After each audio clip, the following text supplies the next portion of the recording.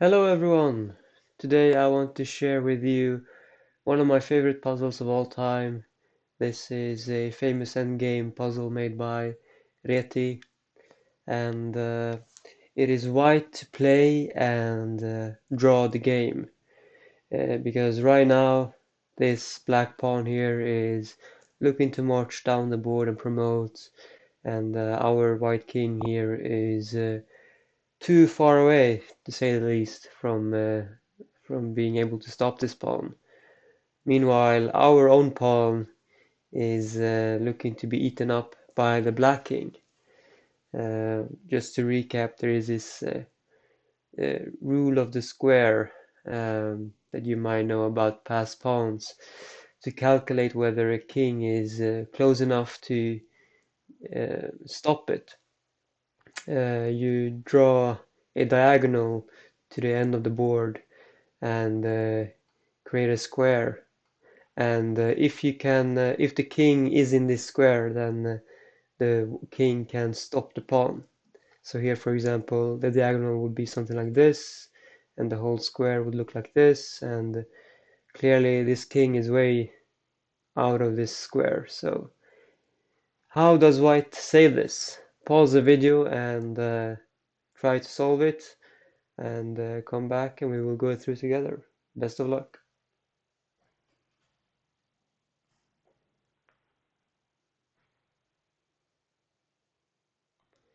Alright, do you think that you solved it?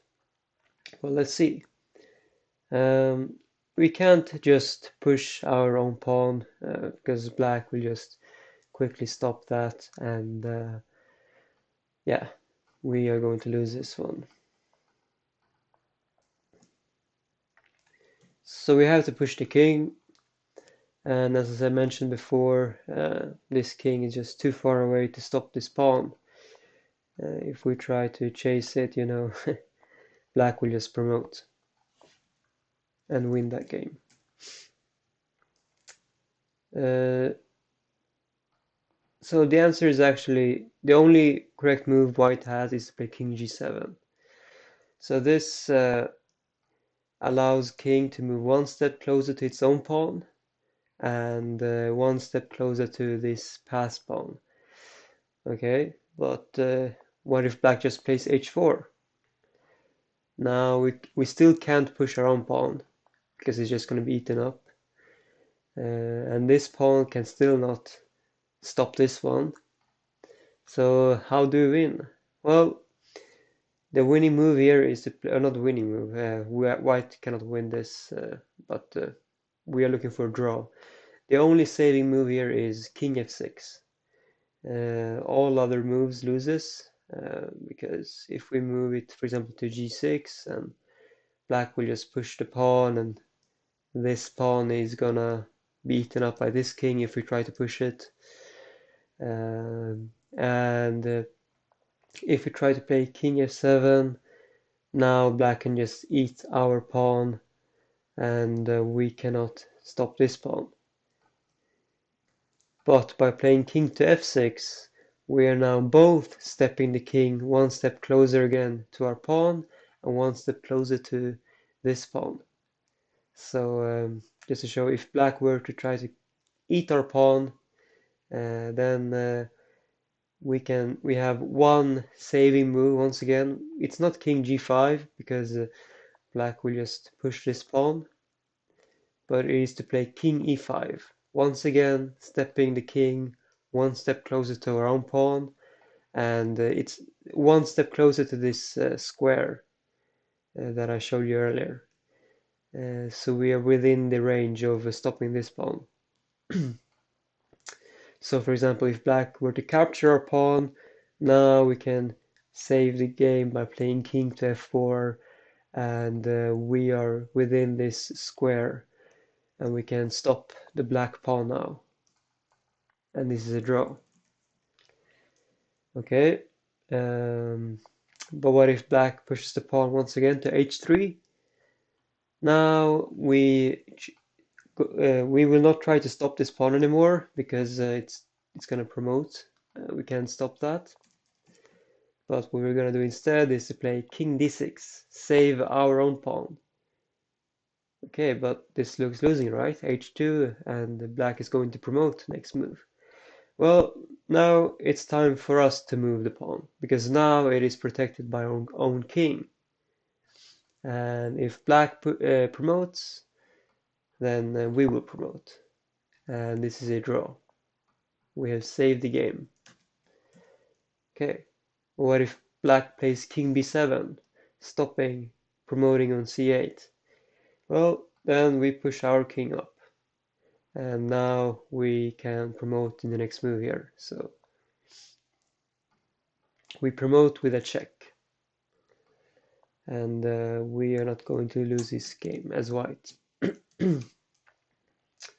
Okay, but there were some other variations here, so let's go through them. If black, instead of moving his king closer to our pawn, what if black just ignores our pawn and just pushes his own pawn? Well, now we are too far away from stopping this pawn. We've always been that, but now we have to change our plan, and instead of moving it closer to the black pawn, we start moving the king closer to our own pawn. And the idea here is after h2, we can play c7 now. We can push our own pawn. And if black promotes, then we promote with a check. Okay, but what if black plays king b6, king b7, sorry. Well, then we play king d7, and we can now promote in the next move with a check. Okay, and what if we go back from the beginning, after we made our first move king g7, what if black just immediately tries to eat our pawn? Doesn't that look hopeless? Well, we cannot play something like king g6 or king h6 because black will just push the pawn, and we are going to lose this one. Uh, yeah, our king is too far away from our own pawn, so that won't work. Instead, we have to go with the old strategy of pushing the king one step closer to our own pawn and one step closer to this diagonal here. This square, I mean. So now if black were to capture our pawn, then we can step into this square and we can stop this pawn. And if black pushes to h4, then once again we move our king. The only saving move for white is to push it one step closer to our pawn and one step closer to this diagonal, or sorry, the square. Black pushes its own pawn. Now we have to play king d6 so we can support this pawn up.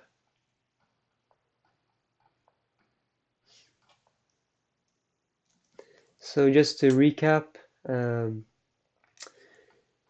only saving move was to play king g7, and if black just pushes its own pawn, then we will continue pushing the king along this diagonal because it approaches our own pawn closer, and also it keeps within reach of this square. h3, and then this time we start pushing the king towards our own pawn, and we promote with a check.